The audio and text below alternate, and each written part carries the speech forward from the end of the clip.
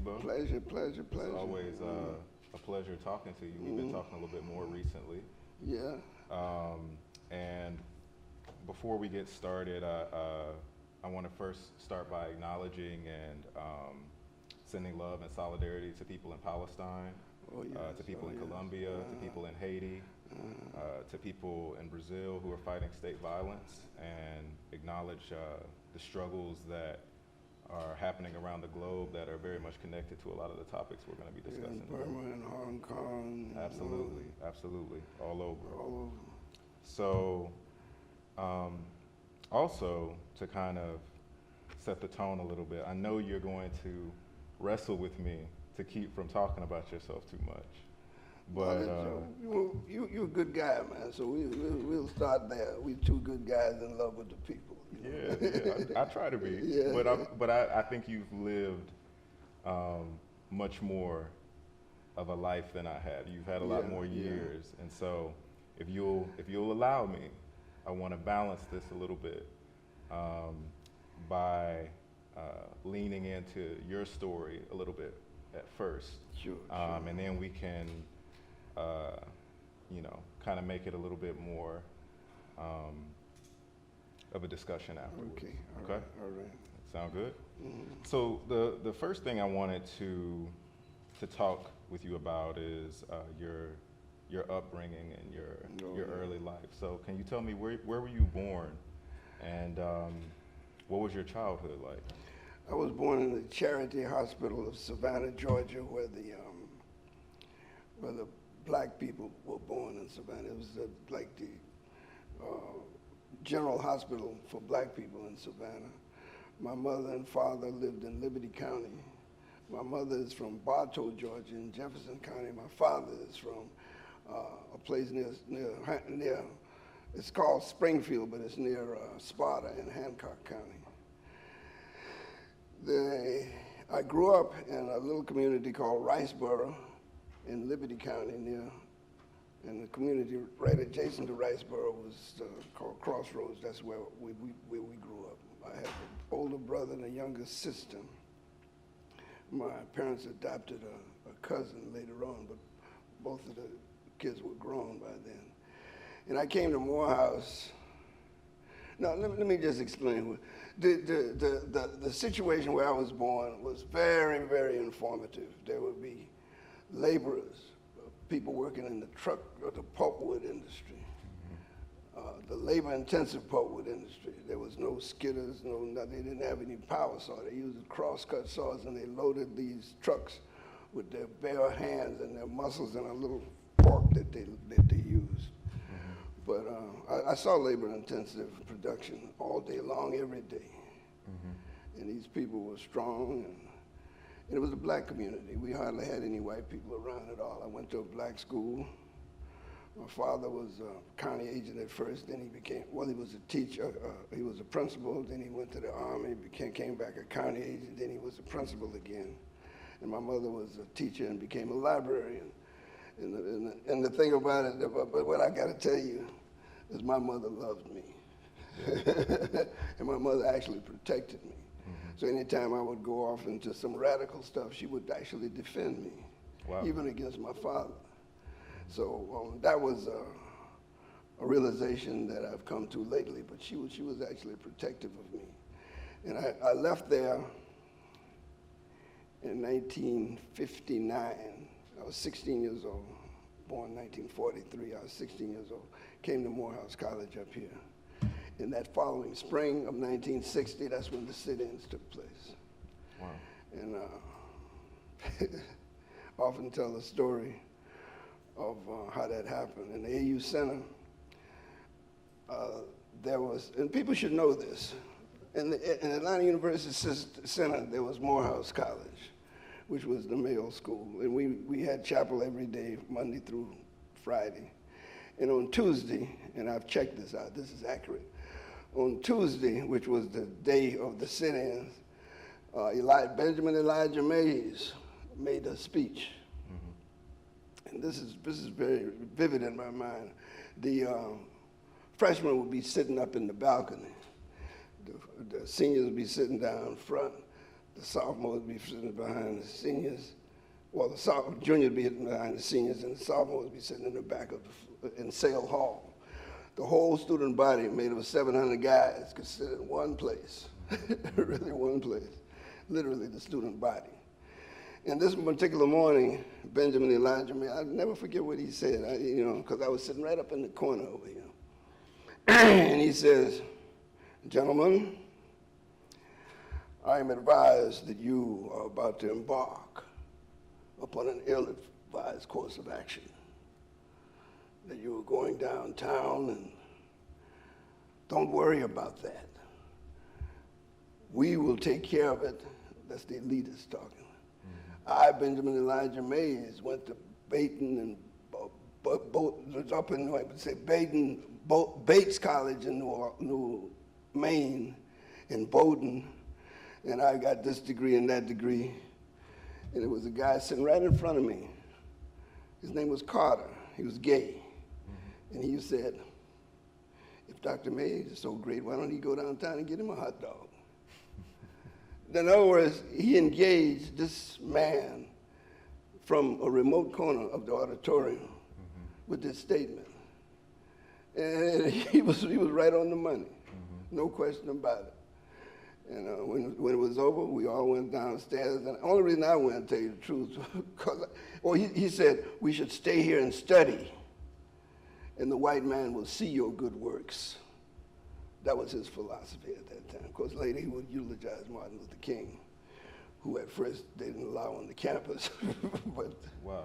When he became famous in a persona non grata down in Montgomery, that's the story behind the story. Those things need to come out for real, But Dr. King would come on the campus at night sometimes, and try to talk to people to get them involved. But my girlfriend was involved in the sit-in.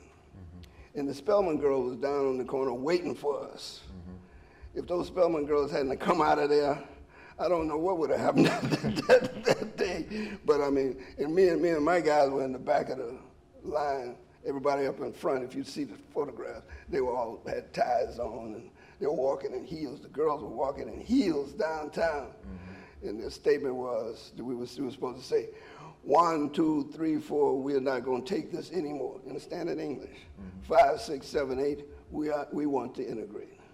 So me and my boys, just being mischievous, I guess, we were saying, 1, 2, 3, 4, we ain't going to take this shit no more. 5, 6, 7, 8, we don't want to integrate. Anyway, we went down, and of course, that was my first involvement in a social action like that. So with the sit-in movement, with Howard, I'm going to jump a little bit. Can kind of tell me about that period in your life leading to you ending up in Canada? Well, I want to kind of get some of that context, because I'm trying to set the scene here. When I went to Morehouse, my father and people expected me to be a lawyer or a doctor or something, I did graduate from Morehouse with a degree in psychology because I kind of wanted to understand why people abuse one another, why they were in conflict with one another. But I wanted to understand at the individual level. So I got to Howard, and there was Dr. Hicks there, who I was assigned to as his teaching assistant. He was he wasn't a communist, but he would go to Russia, or the Soviet Union at the time, every summer, and he would do research in the Pavlovian laboratories over there. A black guy. Yeah. And that was amazing to me, that this guy. He loved to teach. He loved the classroom. You know what I mean? He was engaging, and he would come into the back. I mean, and I would be sitting there taking the roll and everything. And I just marveled at this guy who thoroughly understood what he was talking about. And I did win a National Research Prize. If you check it out, in 1964, I won the Psychi Research Prize in psychology for my research project, which eventually became my PhD, my master's dissertation. Now, let me tell you what happened. I did all the work on dogs and did all the stuff, and I wrote it up, and I was called up to the draft. I had to go back, all the way back to Liberty County. I was trying to get them to move my draft board up to Washington, D.C., where I was living. Right. But they wouldn't do it. They wouldn't do it. So when the dissertation was, in other words, circumstances were just pushing me, really just pushing me. I didn't even want to do all of this stuff that I eventually end up doing. The thesis was typed on the wrong kind of paper, 20 bond or 10 bond paper. And so the dean of the school said, you cannot graduate because your thesis is not typed on the right kind of paper. And it was far beyond the time when I could graduate, could register to graduate. So I told him that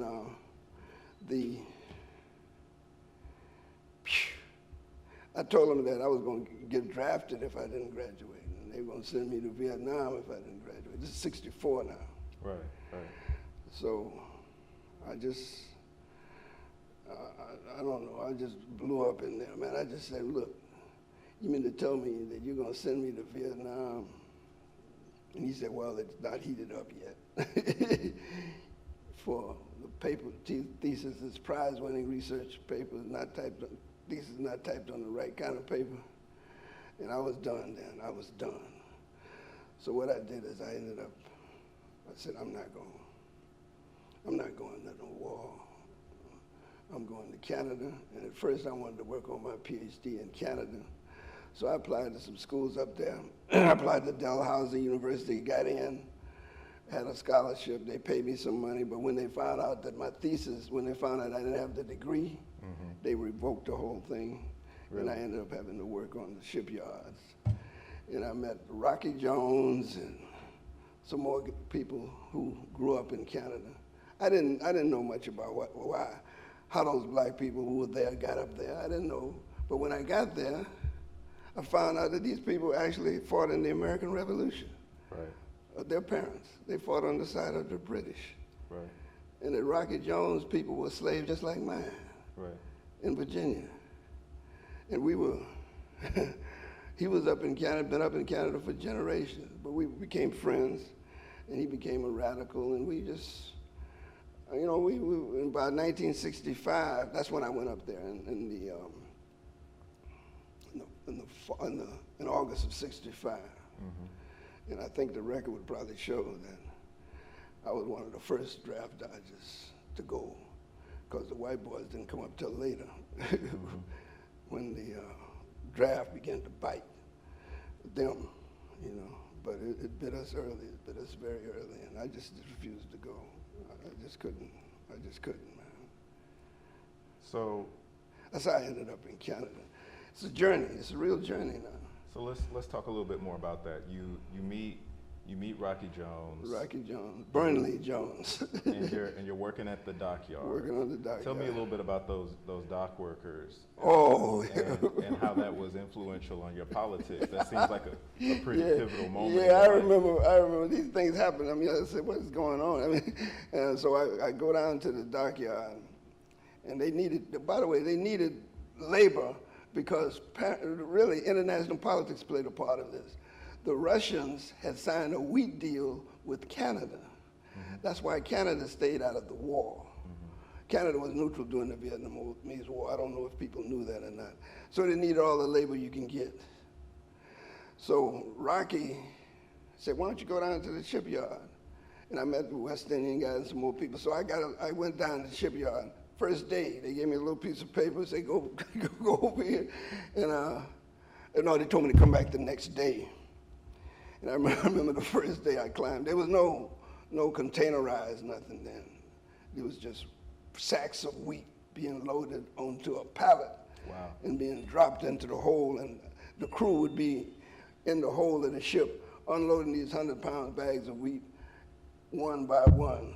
But now you had two guys, one on one end and one on the other. Now when I climbed up and went down in the hole, I ended up, where did I end up?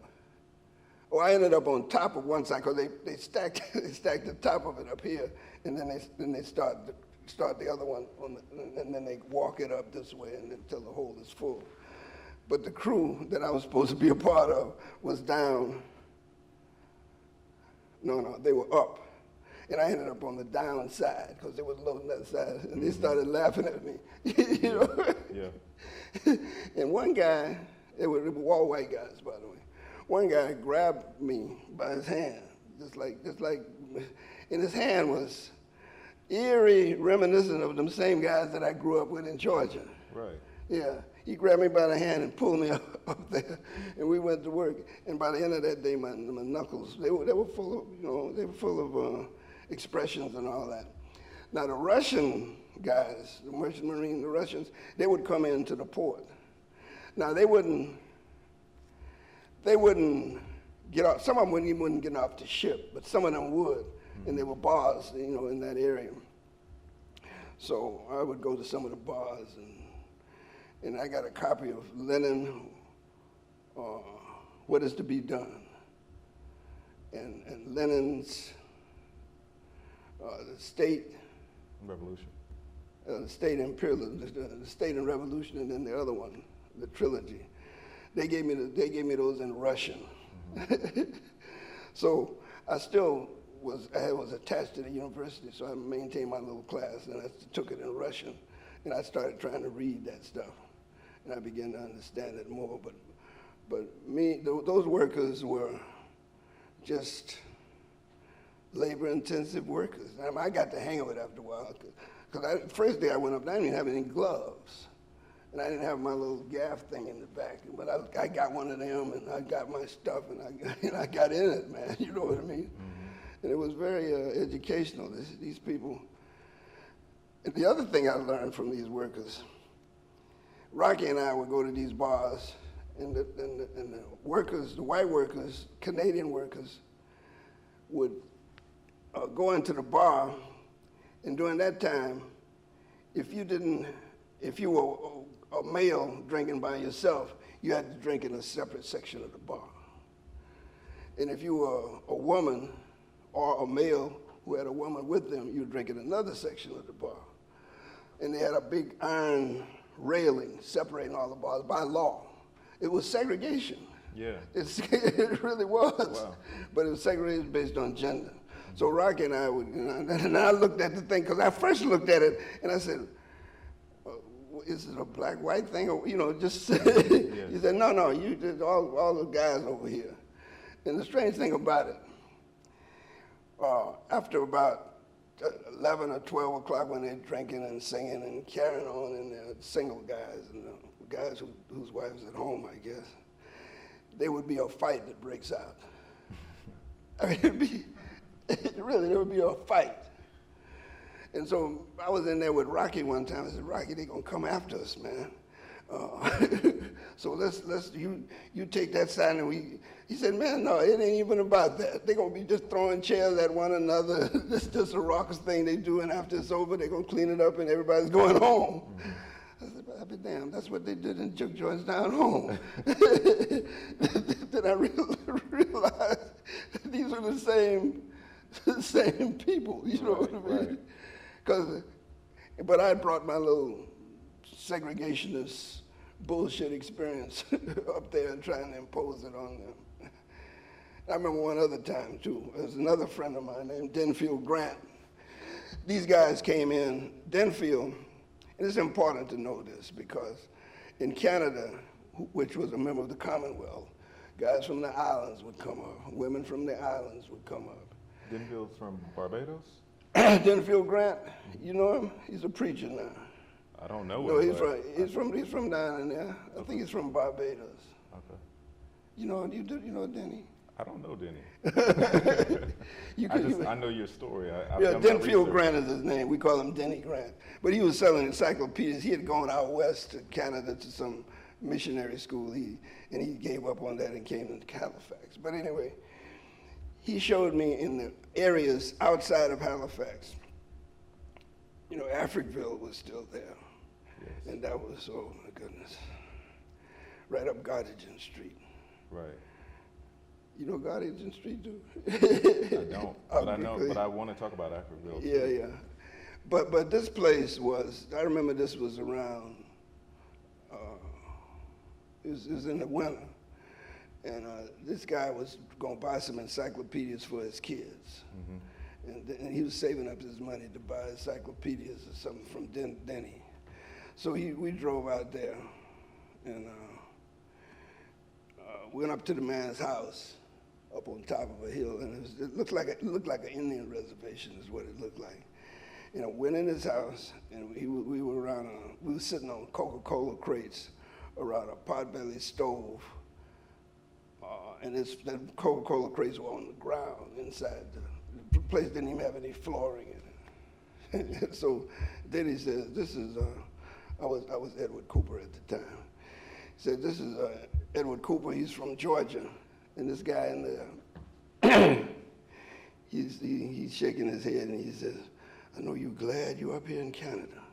And I said to myself, what? Then he says, poor Mo from the Moorish. Poor Mo is catching hell down in the South. And I said, poor Mo. And then he translated it. He said, yeah, that's right. But here I am pitying him, and he's pitying me.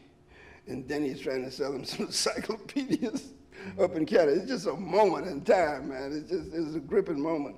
And then when we finished our conversation, I said, man, he said, that's the way people live up here, man. That's the way their people came from the United States too. Fought in the American Revolution, against the Americans, of course. Fought with the British, and the British gave them the land up there, and that was the land that they were on still. And it was a gripping experience. So one thing that me and you've known each other for some years now, but one thing I notice about you is you very casually speak of these really pivotal events in your life and in the world, very casually. So you just talked about Rocky Jones, which is he's obviously a extremely important figure. Yeah, he became one. And you have mentioned Africville and kind of passing casually. But can you tell us, for people who are going to be watching this, what was that? What was Africville? What did that represent? What was that like? The Halifax is laid out in just kind of like an American city. Africville was a ghetto in the northern part of the city, straight up to where the city is around a big hill called Citadel Hill. And they got the museum up there. But if you go north on Gardigan or Agricola streets, you'll go into the northern area, and it's abutted by the basin, and on the other side of the river is Dartmouth. But it's one way. I mean, it's a community that's isolated in the area, but the back of it is against the northern, what do they call it? I forgot what but it's the river, and it's the Bedford Basin is what it's called, Bedford Basin. And I guess they wanted it really bad to develop the maritime industry or whatever capitalist industry they had, so they were destroying it. But I got a glimpse of it before they destroyed it. Okay. Yeah, just a very glimpse of it. And it looked kind of like a ghetto, It didn't have shotgun houses as such, but it was wooden, had a lot of wooden structures. And the people were struggling against that, but it was well on the way when I got there. Wow, the demolition. Yeah, and it was really about to be a memory. It was about to be a memory. But in the area called New Road, outside on the other side of the basin, back up in where the original land was, but they were still there. And I had a chance to go back to Nova Scotia, go back to that shipyard about 15 years ago, 20 years ago. There's nothing, I mean, there's containerized stuff and all kinds of cranes and stuff.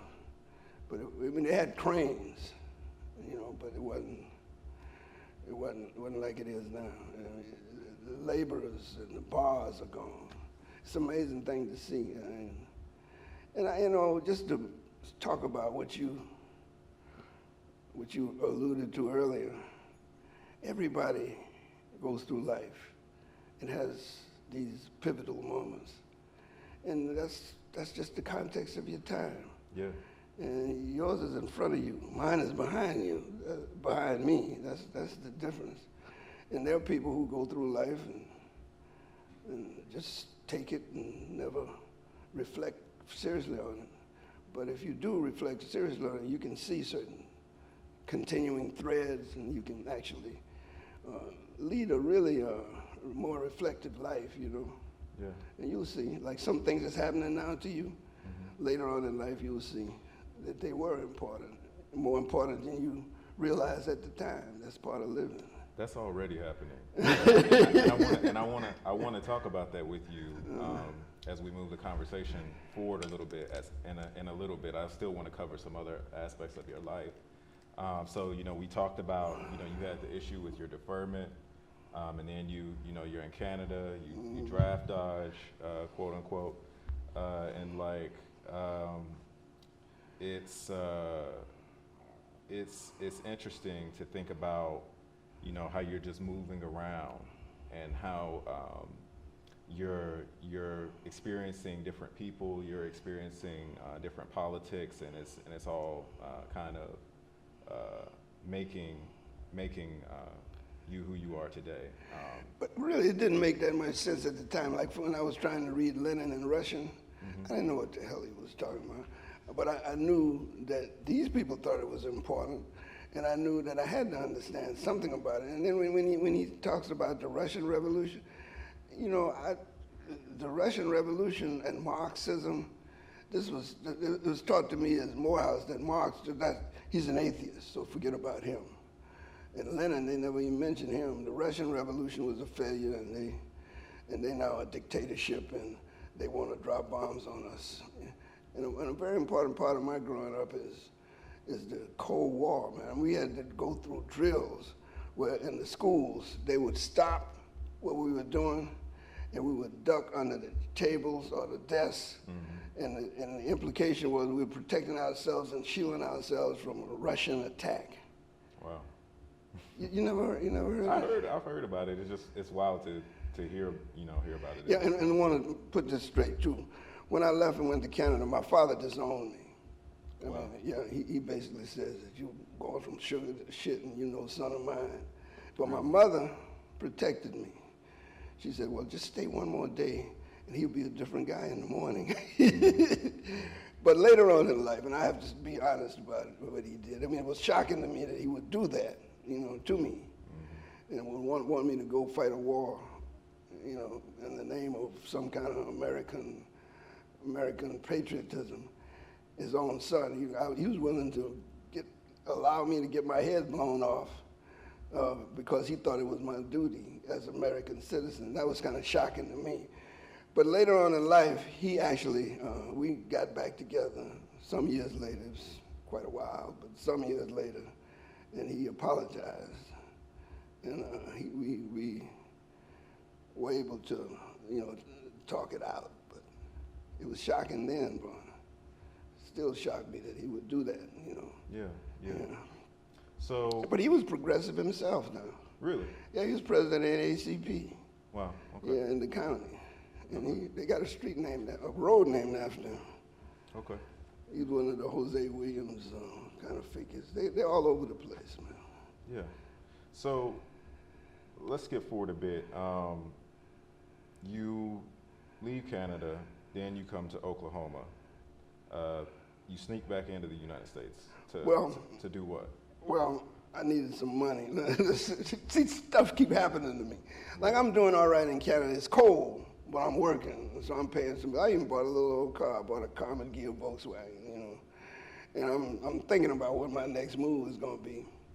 So all of a sudden, I mean, just in March or April, I couldn't even get no job, man. Yeah. They just dried up, and I wonder what. And they said the St. Lawrence Seaway opens up, and now the Canadians are shipping their wheat from Lake Erie. Well, not Lake Erie. Well, they don't have a port on Lake Erie. They got a port on Lake Ontario, which is Toronto, and up and down the St. Lawrence Seaway. And I said, oh my goodness. And I didn't have that much money anyway. So that summer, I snuck back into to Detroit. This is the summer of '66. And I worked at Stroh's Brewery for 4 months. And I got a lot of money then. I stayed in my mother's sister's basement, my Aunt Lena's basement. And, I was working under my own name. Later, I had developed some other kind of credentials, but the border was open. You can come and go. And I met another pivotal figure, Charles Simmons, who became the international correspondent for Mohammed Speaks some years later. Mm-hmm. So you run across these guys. We had lockers right next to one another in the ready room at Stroh's Brewery, which no longer exists, but that's where I worked as a bottler. And I saw it coming too. This is another thing. I worked on a big pasteurizer. It was a crew of about 4, 5 people. We rotated, and one guy rotated off and went to the break. And they had 1, 2, 3, 4, about 4 pasteurizers on this floor. And on one corner of the floor, they were introducing another pasteurizer who only had 2 people on it. Mm-hmm. And then I saw it's going to come right across the floor, But we were unionized, so I could work that 4.5, 5 months, And I went back up to Canada. I went to London, Ontario this time. I worked in a lab because I did get my degree. Mm-hmm. But they wouldn't. I was going to try to go to school, but when I told them that I had tried to apply at Dalhousie University, this was the University of Western Ontario, and somehow the people over in Ontario told them I had falsified the credentials or something. So I was able to work in a lab. I did get married to my college sweetheart. I got married. And then her parents knew the new president of Langston University in the bowels of Oklahoma. So we went down. You put some emphasis on that. Yeah, it's out in the middle of Oklahoma where the wind really is windy out there. Yeah. Stayed out there for 2 years, and then the president was, he was a completely authoritarian figure. Yeah. Yeah, and he was giving out patronage and corruption. And, I remember when Charles, by the way, this is another serendipitous moment. The same Charles Simmons, who I had met, he hadn't become the Mohammed Speaks correspondent yet. He was at Langston University when I arrived. Mm-hmm. And I said, well, what are you doing out here, man? He said, what are you doing out here? I said, well, I came out here because they didn't have any computers or anything, so they couldn't run any draft dodges down too much. And in Oklahoma, you couldn't find nobody in Oklahoma. And he led a student movement criticizing the authoritarianism of the president. And we were supposed to discuss the Vietnam War. He set up a forum, and Charles and myself and another faculty member, we spoke on the forum, and the president called me and my wife into his office. Right. And his wife, the president's wife, was, she had a position. I think she was the vice president for development, so she was on the faculty too. On the staff too. But anyway, the president comes in, and his wife is there, and my wife is there, and I'm there. And he says, one day you can become president of a school like this, and one day you will be a very successful academic person. As a matter of fact, I'm going to give you an opportunity to go to the University of Kansas. All tuition, everything paid, a place for you and your wife to stay, and you can work on your PhD free. And when you come back, your salary now is, I think it was about $6,500. He said, so I'll pay you a salary of 17, I think it was 15 or $16,000. It wasn't quite $17,000. And you will have that when you come back. And I said, well, that's very generous of you.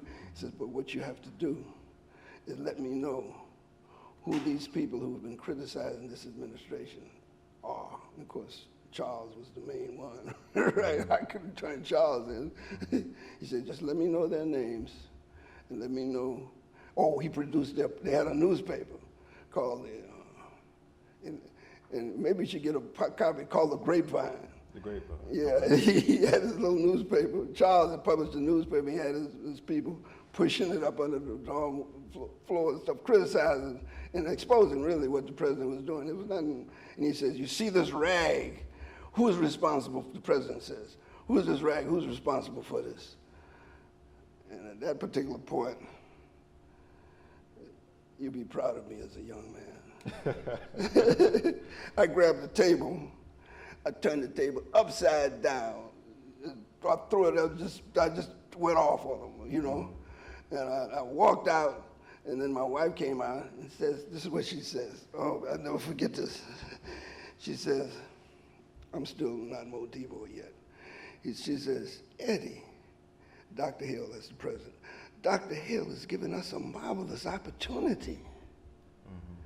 Then I realized, I said, this is the way these people become these things that they are. And I just didn't want no part of that kind of stuff. You didn't want to compromise? No, I didn't want nothing to do with that. And then at that same time, that same spring, I believe, the Dodge Main strike took place in 1960. I was in Canada in 67 because I came to Detroit right after they opened it back up. And when I went to Langston, so the Dodge Main strike was in 67 as a result of the upheaval in 68. And see, when the 67 upheaval took place, a lot of stuff sprung off of that. Absolutely. The Dodge Main did too, and other things. So that must have been 68. And I read it in the Guardian newspaper. And so I left. I mean, I was going to leave anyway. But the springtime came, I went to Detroit and got a job at Highland Park Community College. Before they knew it, I was gone, and my wife and I were divorced the following fall. And, you know, she's a good person, but I was becoming radical. The world was changing me. I didn't change the world was changing me. Yeah, yeah. I mean, it was coming at me from every which way. Yeah. And the librarian at Langston, his name was Laren Clark, he was facilitating it. He said, every radical book you want in here, I'll bring it in here and put it over here for you to read it. So I read Frantz Fanon, Kwame Nkrumah. I was becoming black. You know, but I was, you know, I read Maulana Ron Karenga, you know, and I remember quoting Karenga. They had a book called The Quotable Karenga, and I would quote him. So you end up in Detroit at a really revolutionary, radical period. That was purposeful. Yeah. I went to Detroit because I knew people there, but there was upheaval there, and the Dodge Main strike took place. I could get me a job. They wanted a black study. They wanted a black teachers and stuff. I had a master's degree. I didn't have a PhD yet, and I got a job right away at Highland Park Community College. You know, we had a struggle we worked together, and the League of Revolutionary Black Workers office is right down the street from Highland Park Community. It's in Highland Park. So the League came up. It's at the corner of Cortlandt and 2nd. A block up was the Highland Park Community College, which is now closed. So it was right there in the geographical vicinity. It was touching one another. Yeah. So the league comes from the merging of the Dodge and the Ford movements that were happening with labor there. Can you tell us a little bit about the They league? were relatively spontaneous, Okay. self-organized activity in all these different plants. Right. During this particular time, the automotive industry was organized. It's an amazing thing to have witnessed. They were organized all over Detroit. Chrysler, Dodge, Ford. Ford Rouge had a big complex. You could actually see some iron and stuff come into the factory and do a tour and go around and go around and go around, and you see a Pinto, a car come off the line, a whole car in the same plant, the same area. That was an amazing thing. I showed that to Walter Rodney when he came by in 1970. He was amazed at that. Well, it's 72. But anyway, the the Ford plant. So every time there was an upheaval, or like a wildcat or something like that, they call themselves the FROM. That's the Ford Revolutionary Union Movement, the Dodge Revolutionary Movement, the Chrysler Revolutionary Movement. Right. And then they had I forgot to tell you this. I worked on the line at the Chrysler Gear and Axle plant when I was in Detroit in '65. I worked for 1 week. Mm-hmm. I couldn't take it, man. It was just physically too demanding. Really? Yeah, it's just, man, they had me grabbing whole blocks of engines. But anyway, all these was cropping up. And so General Baker and Ken Cockrell and all of those guys got together and formed the League of Revolutionary Black Workers. Right. Yeah. So let's talk a little bit about the League, because this is one of the moments that I think the work that I'm trying to do really I can highlight some of the things that I would like to talk about in my work that are happening in your life at this point. Yeah. So tell me a little bit about the League, its structure, and also tell me about some of the tensions that started to come up with the League. The League was an attempt to consolidate all these spontaneous upheavals in these various plants. Right. To give it organizational continuity in their own terms. Mm-hmm. And there were other kinds of things going on. Let me set the context a little more. Yeah. Detroit, from 1965 to 1968, mm-hmm. was really transformed into another kind of place by people just erupting all over the place, man. In 65, people were, I guess it was smoldering, but the city was pretty prosperous, in terms of everybody was working. Mm-hmm. The automation thing hadn't taken place yet, and they had 3 shifts of everybody working. Even the disc jockeys were in sync with the working people. The shift would be from 7 to 2 or 3, from 3 to 9, from 9 to 4. I think it's 3 shifts in there some kind of way. But they had the DJs. I'm just setting the context for 65 through 67. The DJs would say things like, you guys coming out of the line, it was a hard day, wasn't it? This wasn't for you. And then they'll play Curtis Mayfield, Weak People Darker Than Blue, something like that. Yeah. And by 1967, the radio stations were really, really in tune with the community. Mm-hmm. In 68, they were the community. People would be calling in for records. They'd be calling in from their cars and say, and there was 2 disc jockeys that I can give you. One was a woman named Martha Jean. Ask your daddy about Martha Jean. We call her Martha Jean, the chitlin queen, but that was pejorative. Her name was Martha Jean. And the other guy was Masai Kuriga Kenyatta.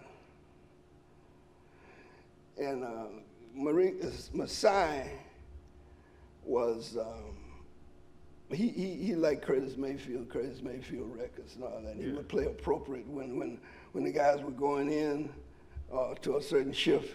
He would say, hey, man, you gotta go.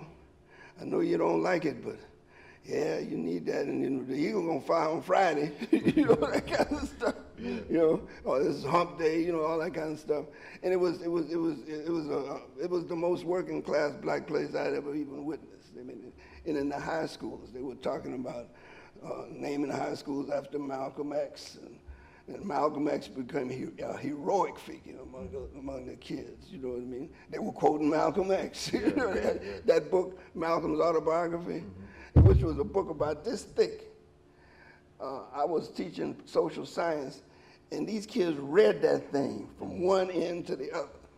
That's first, last, and only book they ever read. Yeah. And Martha Jean would say things like, they're getting a bonus out there, so you sisters back home, you're gonna have to get yours now. Make sure, you know, and it was just, it was a magical place almost. It wasn't magical, but it was real. Yeah. It was very, very real. So the League organized different sectors. They organized the workers with those union movements. They organized the student. They had a student part component in it. It had community components in it. They would support Highland, like we had a Highland Park strike for black studies at the college. They were very instrumental in supporting and advising. You know, General Baker would sleep with us overnight because we had the liberated zone to keep it clear. And they kept the police off of us and stuff. And it was a loose-knit cadre of people assembled at the Cortland office. Now, there were all kinds of ideological tendencies within it. Right. There were some who just were straight-up black nationalists. There were some who were Marxist, Leninists of various stripes. Some were Maoist. And it was just a conglomeration of people, but it was organized. You had an executive, to answer your question directly. It was organized, had an executive board, and it's in this book here, the structure. The executive board and the central committee, central staff, right, and then the components.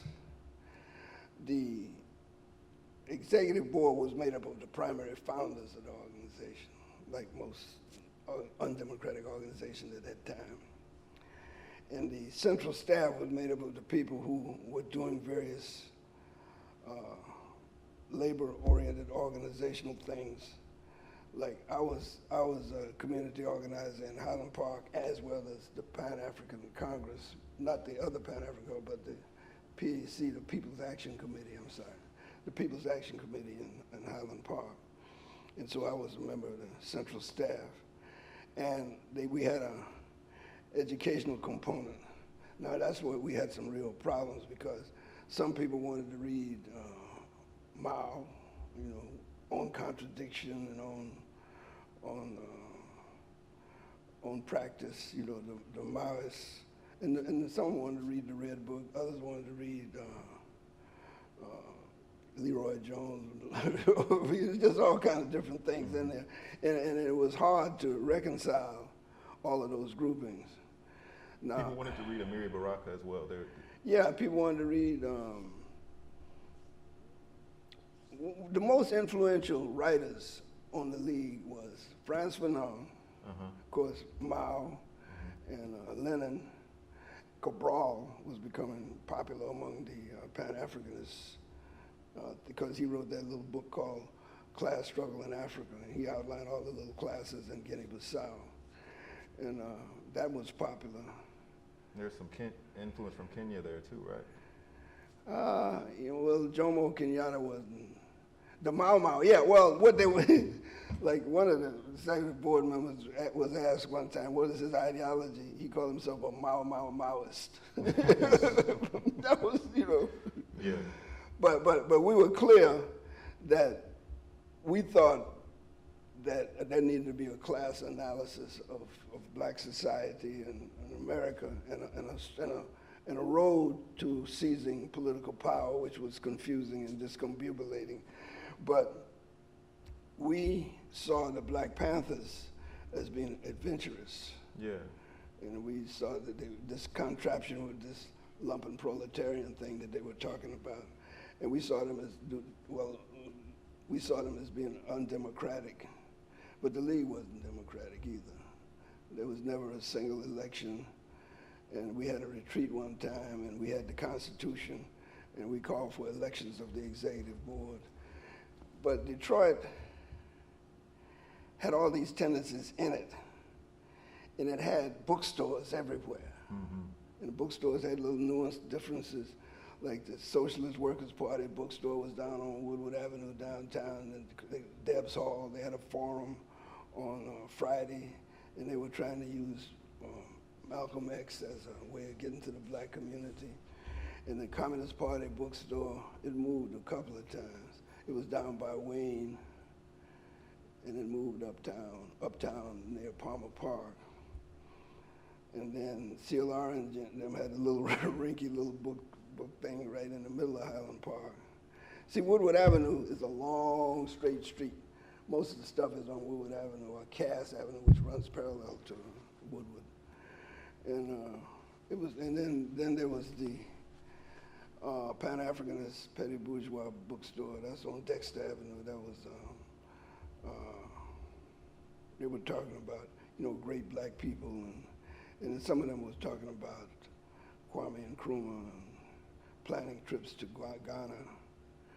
And then there was the Shrine of the Black Madonna bookstore, which was adjacent to the shrine. It was initially adjacent to the shrine, then it moved on I forgot the name of the street, but it was Livernois. It went up Livernois. So all these bookstores was there, you know what I mean? And people they had books and they would be arguing, which was good. You know what I mean? It was good. I mean, the debate was called. And sometimes they got unprincipled. People would call one another names and stuff. But, I mean, they were reading. They had their books with them, And then when you go into the bookstore, they had their people guiding you to the books that they wanted you to read, Yeah. So this is another moment. So you here you connected from your childhood. You connected seeing the labor that you grew up around. Then you're on the docks. Now you're in Detroit with the League. Labor is a central part of your story. Oh yeah, it is. And I want to connect this to some of the things I'm thinking about in my work right now, because what you're talking about, those ideological tensions in the League, this is something I think about with regard to black anarchism, with Lorenzo Kamboa Urban, and his discussion of the Black Panther Party also being undemocratic in many ways. And we know that the dominant narrative, particularly amongst aspiring and young leftists right now, is kind of a romanticization of the Panthers, and maybe you would even see some romanticization of the League without hearing necessary critique and discussion of some of the problems that rose up because of those ideological tensions. So I think it's extremely important to highlight your life. I do. But I think it's important to highlight the nature of the struggle too. Absolutely. And to say something about the whole process of venerating these individual leaders. Yes. Because and I was impressed with the way you handled that.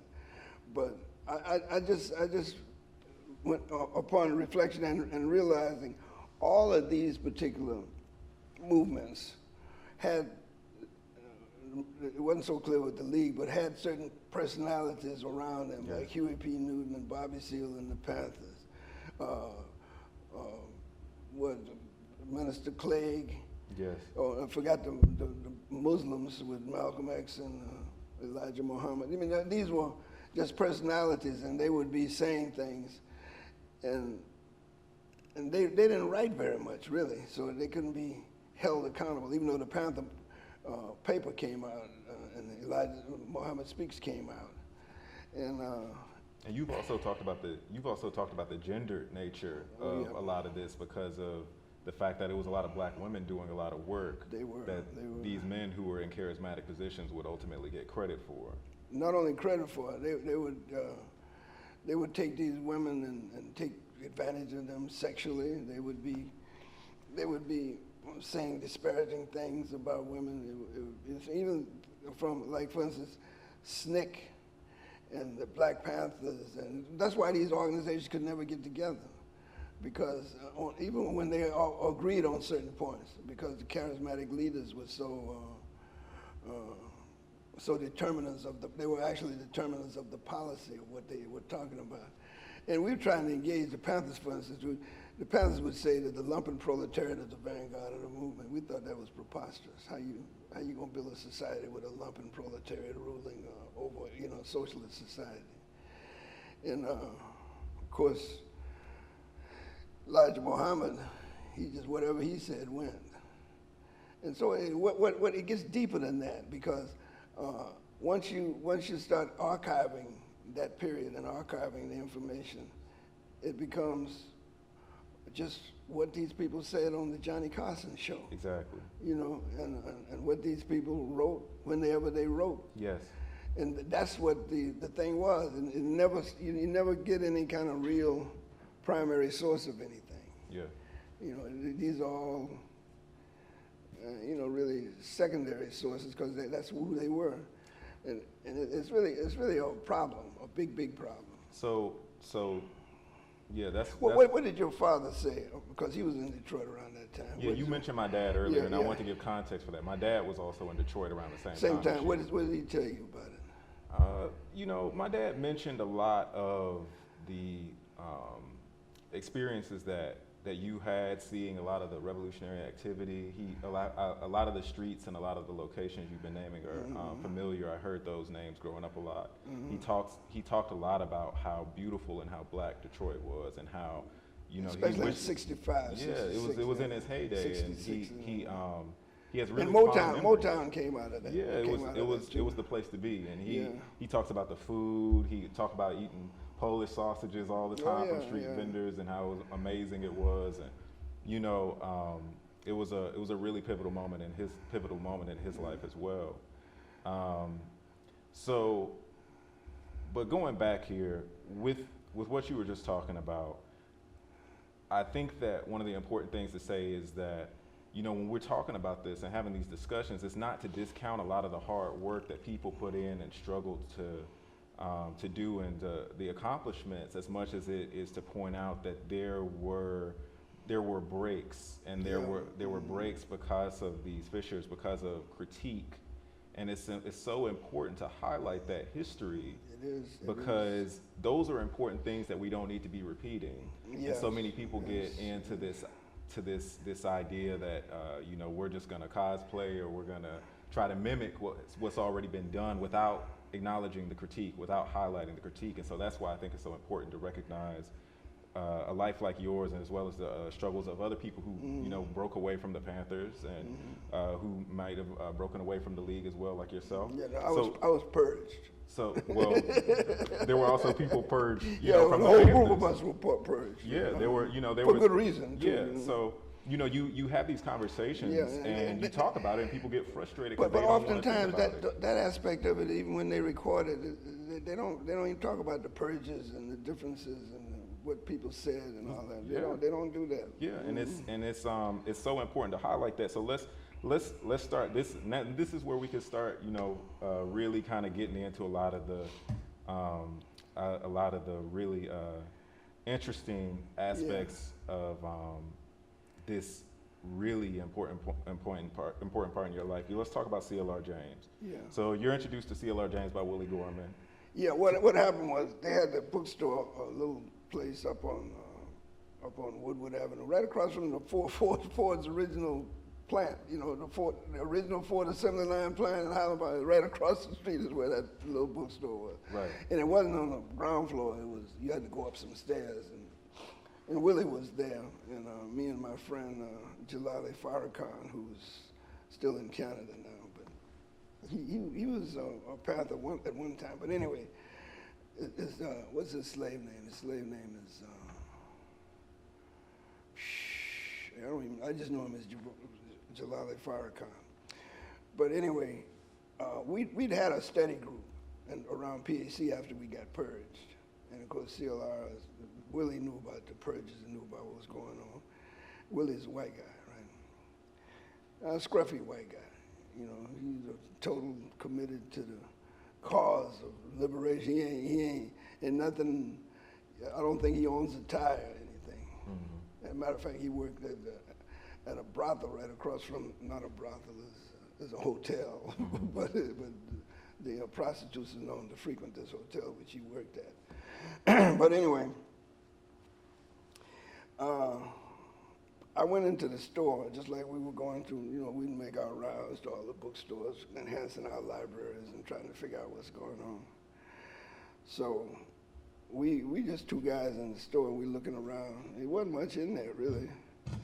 And we was asking what he got, And he said, "What do you want?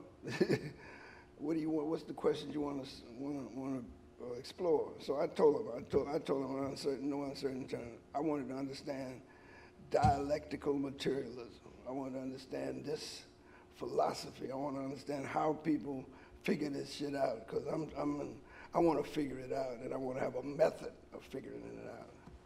And so he showed me C.L.R. James' Notes on the Dialectic. It was a mimeograph thing, but he had shown it to me.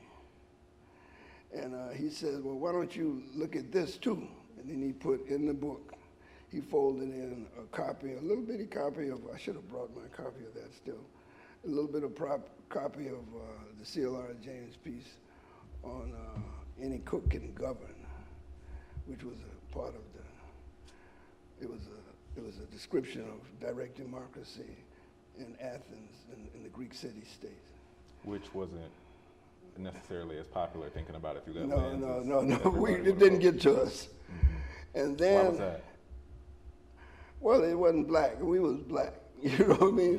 Yeah. And the had slavery in it. We knew that the Greeks had slaves. You know what I mean? Even though they had no mechanization, but they had slaves. And of course, all the slaves weren't black, and the Greeks, but they were slaves.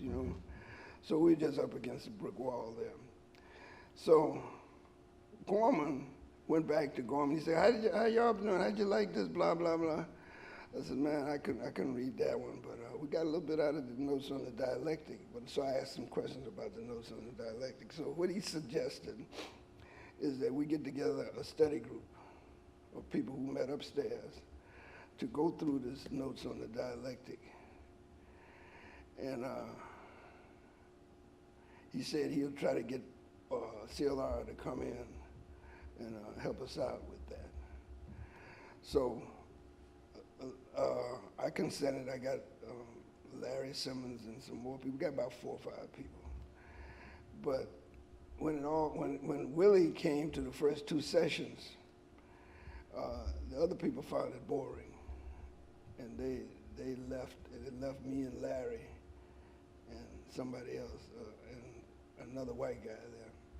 So CLR came in, and he was just talking down to us, really. He was going through the thing, and he was very challenging and very non-approachable, really. So challenging in what sense? Just because why he was basically saying, maybe we were intimidated by him, I don't know. But he was saying, look, this is what we're saying. Mm-hmm. Don't you know this, so and so? That kind of condescending kind of shit. I didn't appreciate it at all. You know what I mean? And, well, that's the way it went. Yeah, man. It's funny to hear. Yeah. But I mean, I was later be able to get closer to him, and they smoked all the damn time. See, I was really Puritan. I didn't drink, I didn't smoke, I didn't go out with no strange women or nothing like that. I was really, and I was athlete, because I was running and swimming and all that kind of stuff. But anyway, so it went bad at first, and I went home, and later, lo and behold, I'm living in Highland Park now, an upstairs flat. Lo and behold, 3 days later, here comes CLR and Willie Gorman down the street. And they knocked on the door, and of course they came upstairs smoking and going on. So I'm just telling you the story because that's the way it went. And then apparently Willie got to it because he started being very conciliatory and blah, blah, blah. He's told us that they were in the process of republishing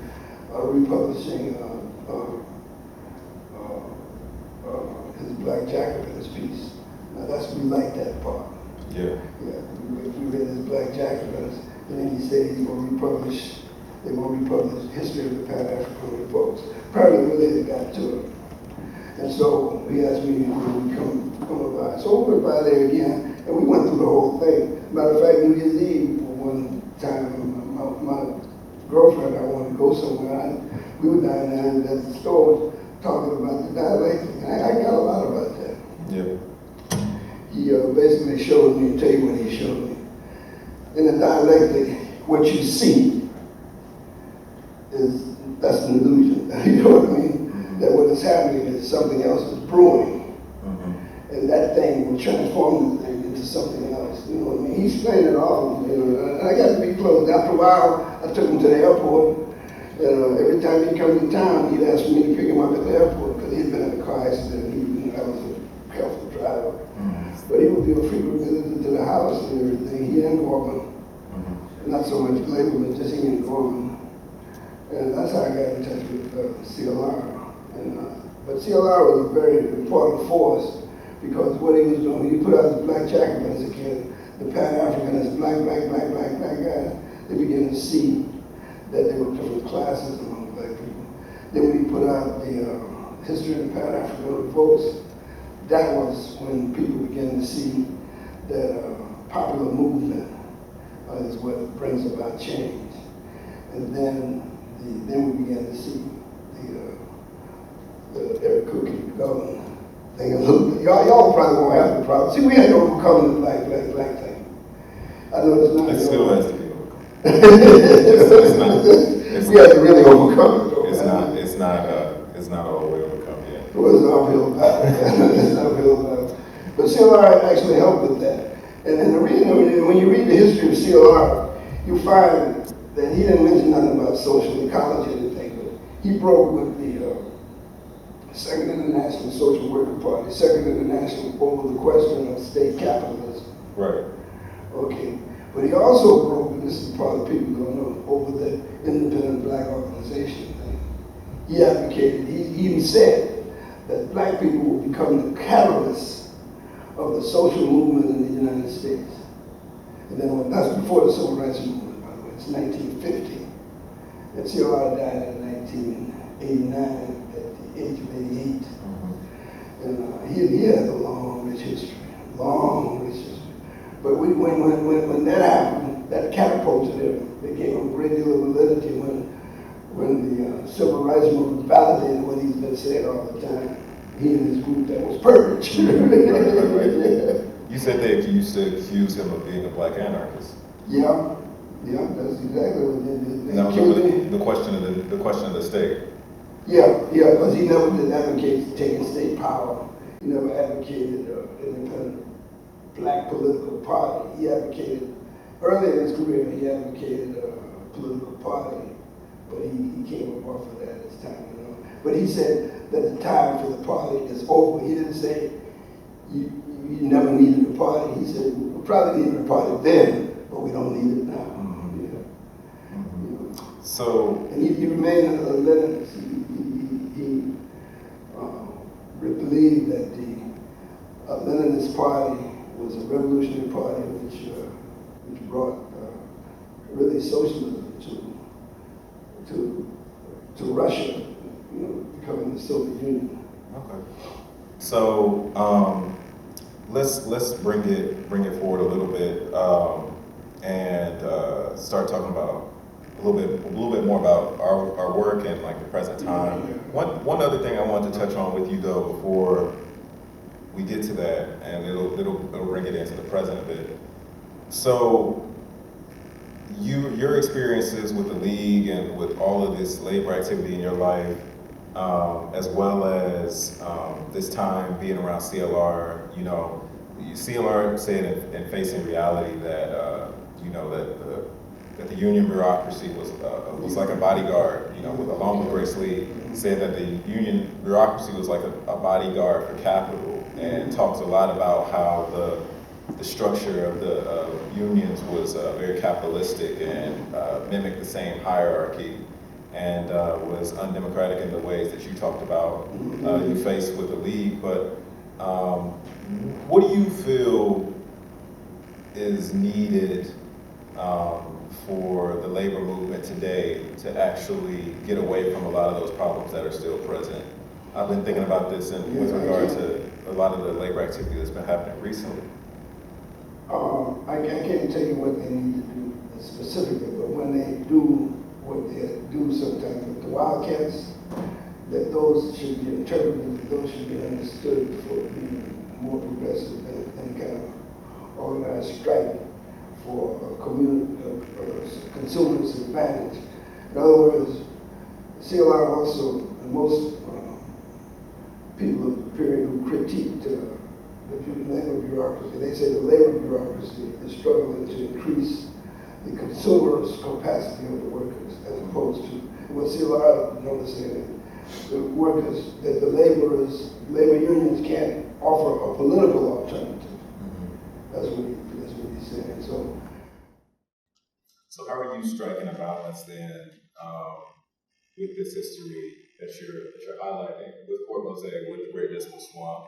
How are you finding a balance in talking about this history without buying into the dominant narratives and the selected leaders, and how are you pointing out really the struggle of the masses as a whole and pushing back against what would otherwise be a mainstream version of this telling of events? Well, first of all, you got to distinguish between environmentalism and ecology. Environmentalism assumes that the state, the capital state, can address the ills of the environment as they define it. In other words, by just having a policy of cap and trade, some kind of policy, reduce the pollution or something like that. But if you're a social ecologist, you know that capitalism is the reason that it's like that. Yes. And so they can't solve the problem. And that the state, these big centralized states have to be, and will be really, dismantled.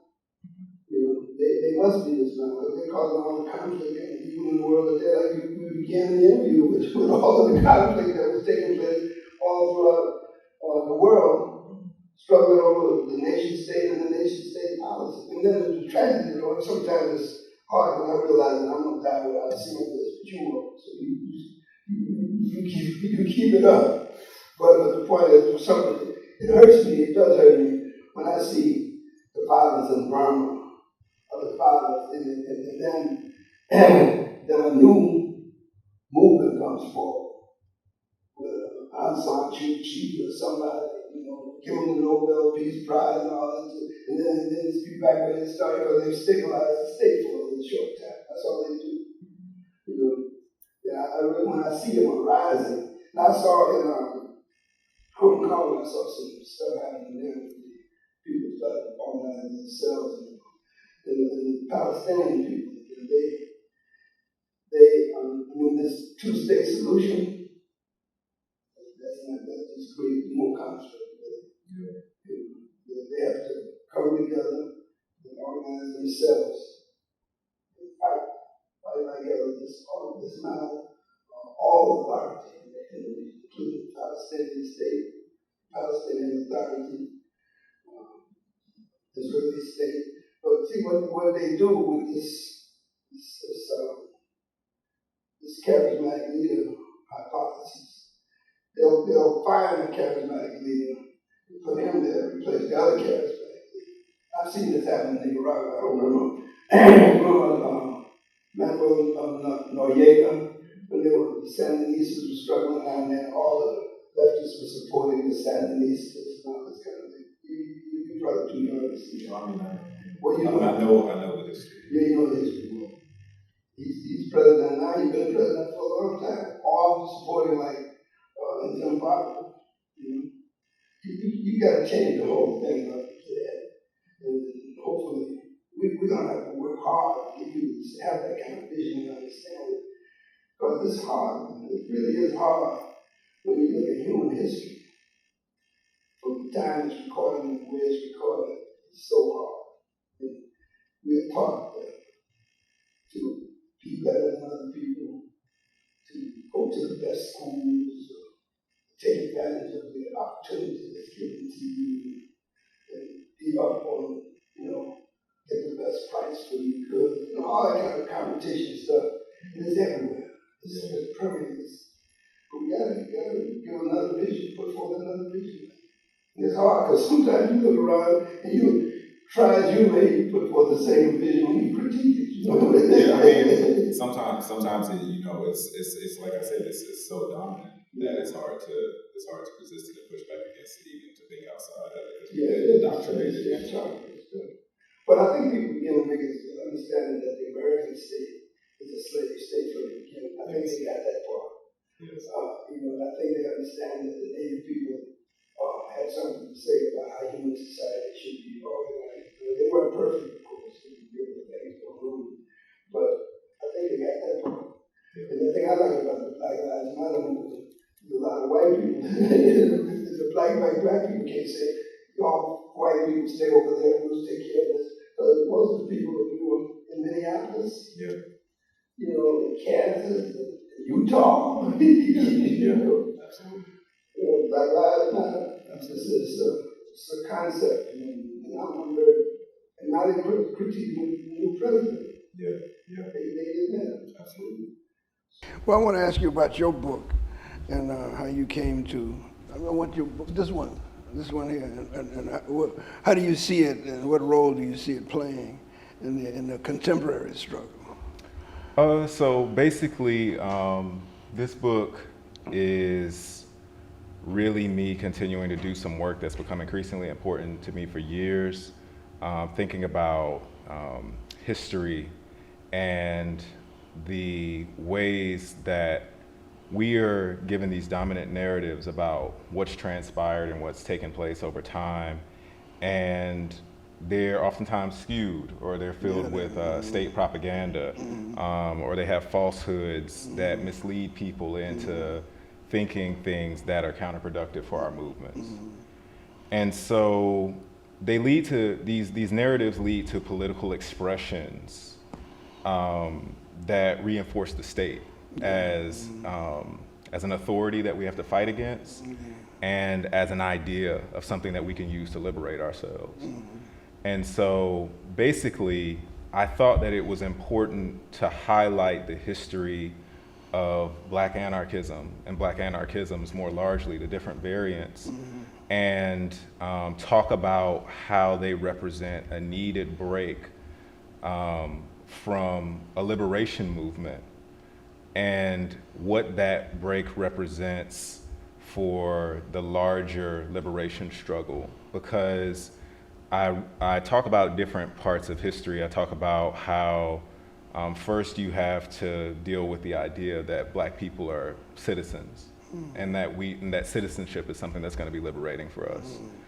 And I try to address that by using the example of someone like Lucy Parsons, who was arguing against the vote before she had the right to vote, and thinking about how the civil rights movement and the dominant narrative that all Black people were just fighting to integrate, and there was no radicalism, there was no pushback within the movement. No, there was no tension with, you talked about walking away from the sit-in movement, and obviously your life, you can speak to that directly. And then I think about things like, Black capitalism and how it's reinforced by the narratives that we're told about how we're all disinherited royalty, and we're all descended from kings and queens, and if we could just attain some sort of level of wealth and get back to our, supposedly original state as royalty and as people who are from wealth, that we'll be able to overcome white supremacy that way.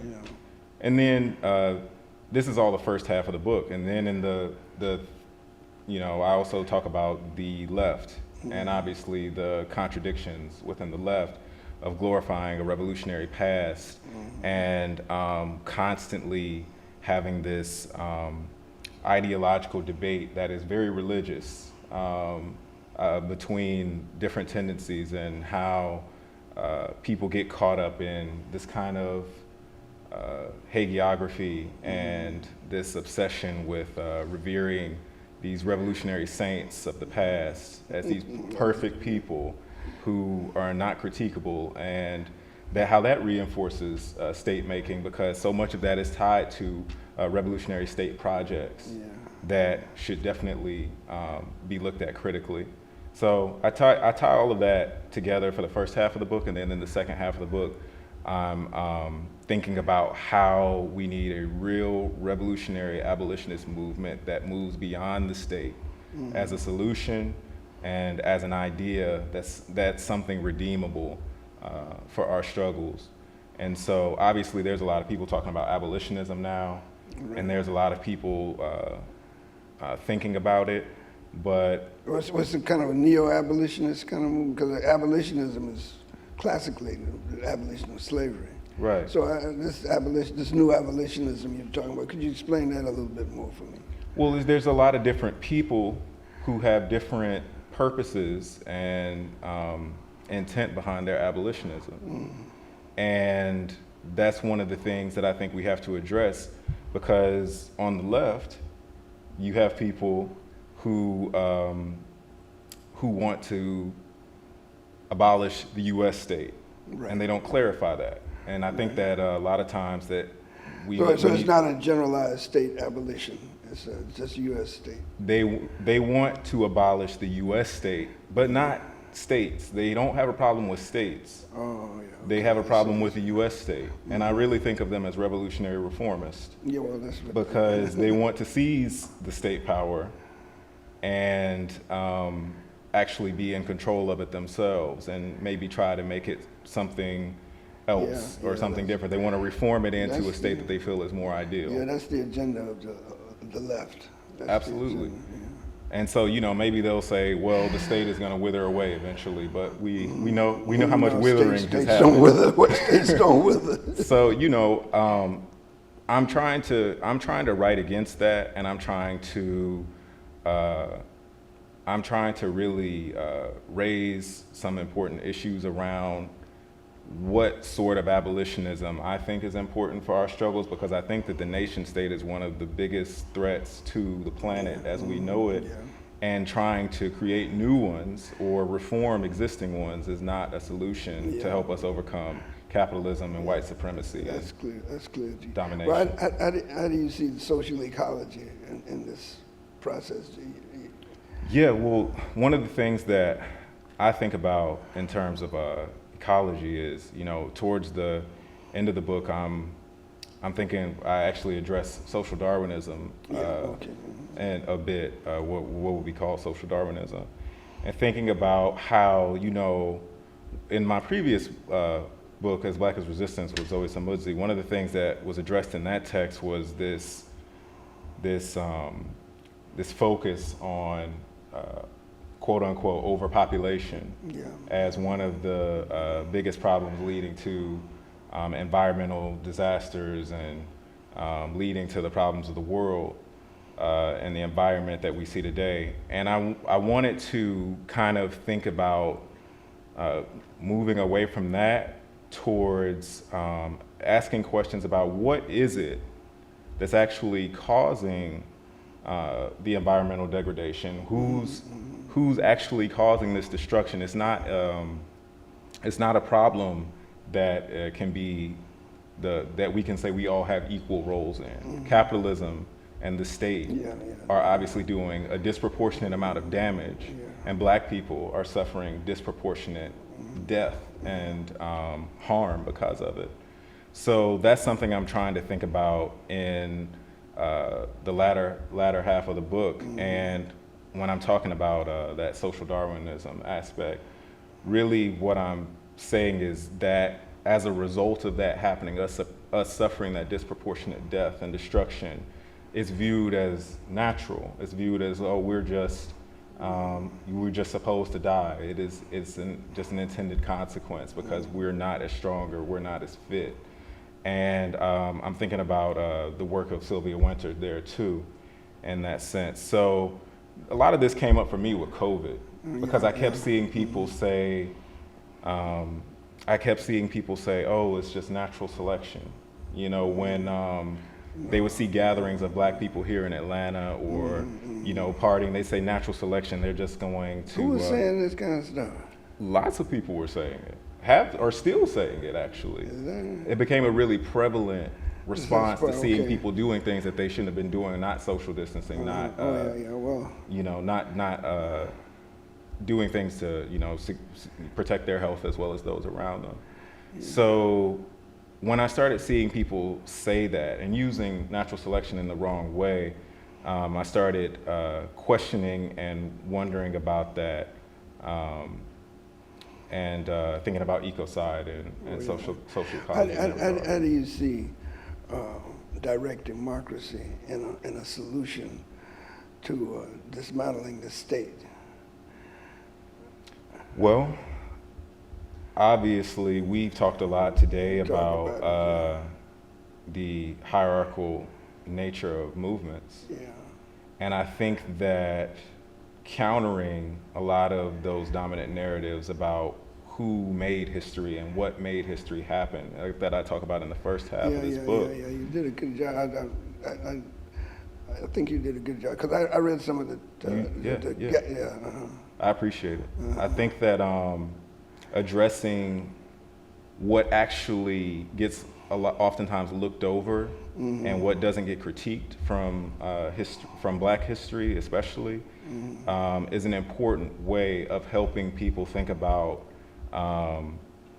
direct democracy and autonomous formations, because so much of that has to happen through us tearing down idols. It does. We have to take down a lot of these idols. We have to critique a lot of you know, quote unquote leadership. How does this daunting task?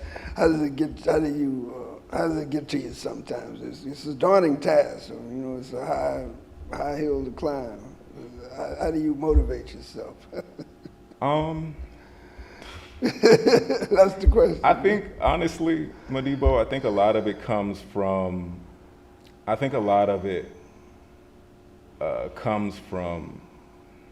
my experiences in my life, and that was the thing I was going to say to you. I have these things happening now. Sure.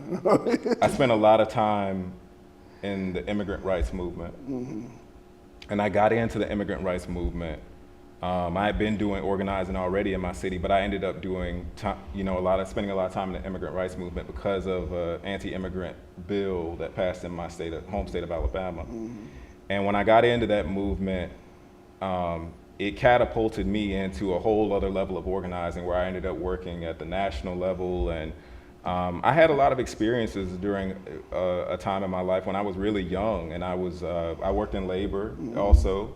And I dealt with the union bureaucracy. I dealt with charismatic leadership in the immigrant rights movement, and so on and so forth. And a lot of that led me to question my position in the society, but also the way that movements function, because I was seeing that certain people were able to dominate not only organizations, but movements as a whole.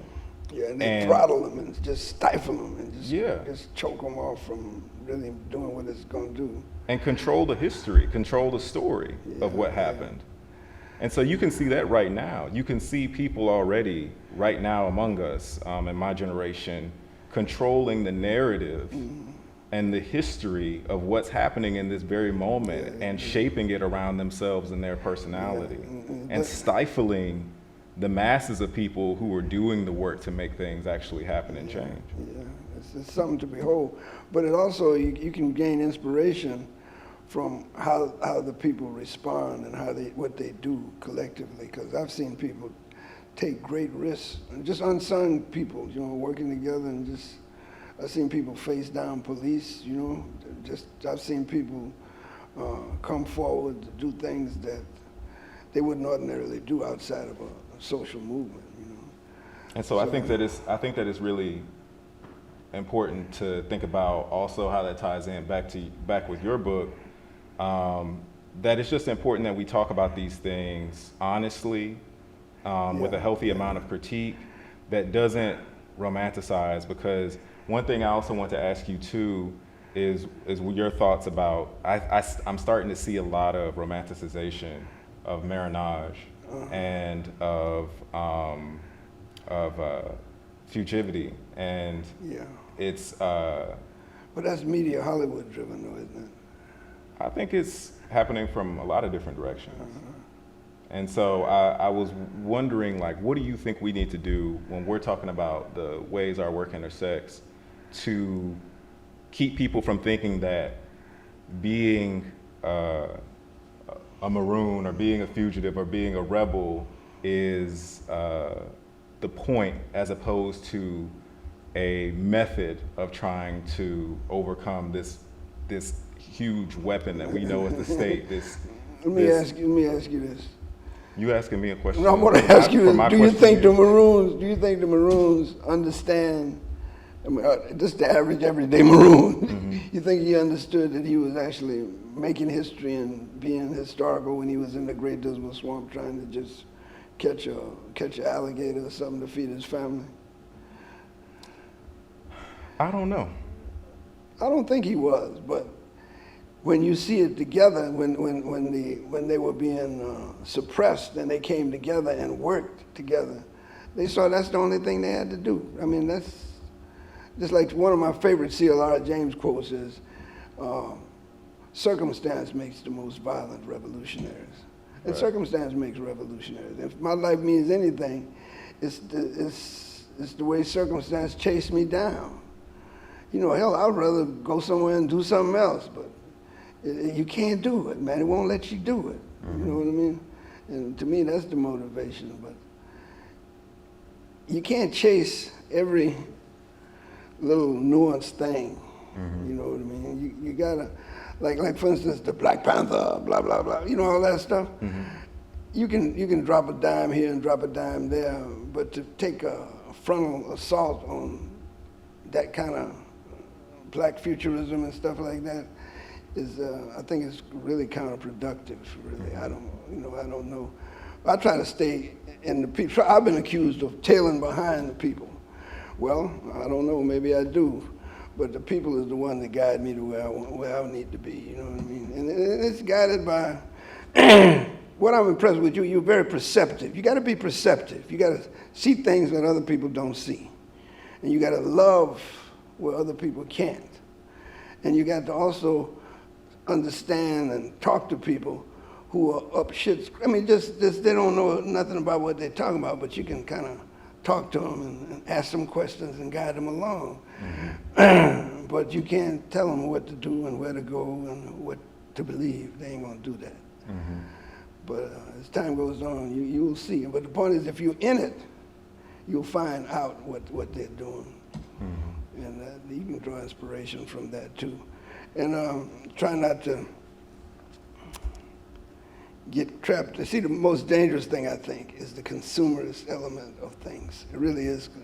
Like the unions are based upon consumerism. They aren't talking about how to politically organize anything. They're talking about how the workers can get a better wage. Yeah. How can they buy a bigger car?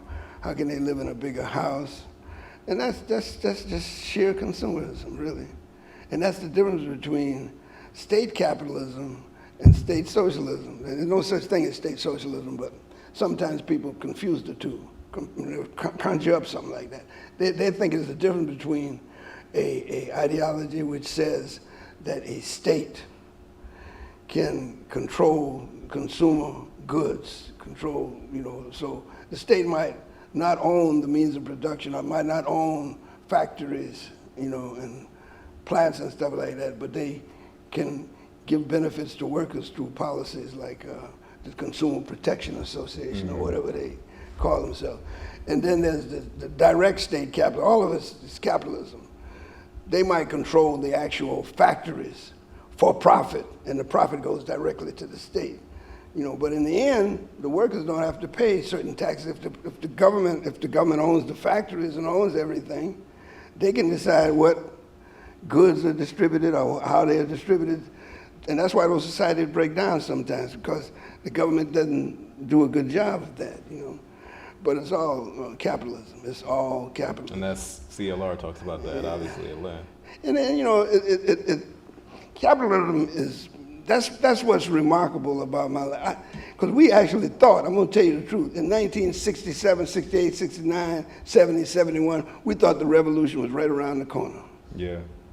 We thought we were going to take it and build a better world. And we never counted on the, state creep, which I call, but we never counted on the capacity of capitalism to rebound, rejuvenate itself, reconstitute itself, redisguise itself, and reinvent itself. Yeah. It does do that. Yeah. And we have to be mindful of it. Yeah. And it's just a hell of a thing to see, boy. You see it coming one way, it's coming at you another way. Yeah. You know. Yeah, I mean, I think that hopefully one of the good takeaways people will have from some of this history that we've talked about and this conversation more generally is that a lot of this stuff we have to overcome starts within us. Yeah, it does. And our ideas of what the world is and what it should be. And we have to start, to be cliche, start thinking outside the box. Well, you can't. In my teaching and pedagogical life, I come to realize you really can't teach vision.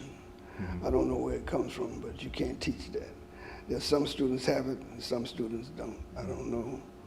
They don't have imagination, and they can't. What you call outside the box, I call it down the road in the future. They don't.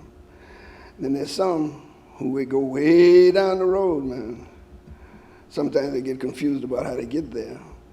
But if you sit down and talk to them, they'll tell you what they would like to see and what they see in the future. And those are the students that I like to spend time with, Yeah, it's a journey. It's a journey, and we don't conquer it all at once. We don't always get it all at once, but it's a journey for sure. It is. Well, Modibo, it's been an honor to be on this stage with you again. It's delightful, man. We need to do this every 50 years or so. Yeah, man. I'll see you again in 50 years. Yeah, see what it did and what we did. You know what I mean? Yeah. I'll probably be on my fourth book by then. So. Right, and you probably see some young guy, whoever his name might be, and you'll be up here talking, as the bearded one. Oh, well, you got the beard already, but they'll be bald. They won't wear their hair like that. They always wear hair differently. Well, it's been an honor, man. No, we're gonna stay in touch and we're gonna see what we can do. I'm gonna read your stuff. Yeah, I can't wait to hear what you think of my book. I think you'll like it. I'm gonna read your stuff. So. Yeah. And we need to keep writing, keep observing, keep being perceptive, and keep being fearless. Yeah. You got to be fearless because people ain't gonna understand this shit at first, but after a while they get it. After this pandemic, man, and everything that's transpired so far, we don't have any choice but to be fearless, man. Yeah. We're in some dire conditions right now, and I appreciate you for all your inspiration and all you taught me over the time I've known you. And we're going to continue to do this work, man. Well, I think that you just continue to write for your grandchildren. They'll get it. Yeah. Make sure you write it down. Don't worry about the people who can't understand it because they can't see it. They'll come around. All right. And sometimes it takes some longer than others, but they generally come around. Okay. Yeah. Definitely. All right. Appreciate it. Thanks, Modibo. Thank you.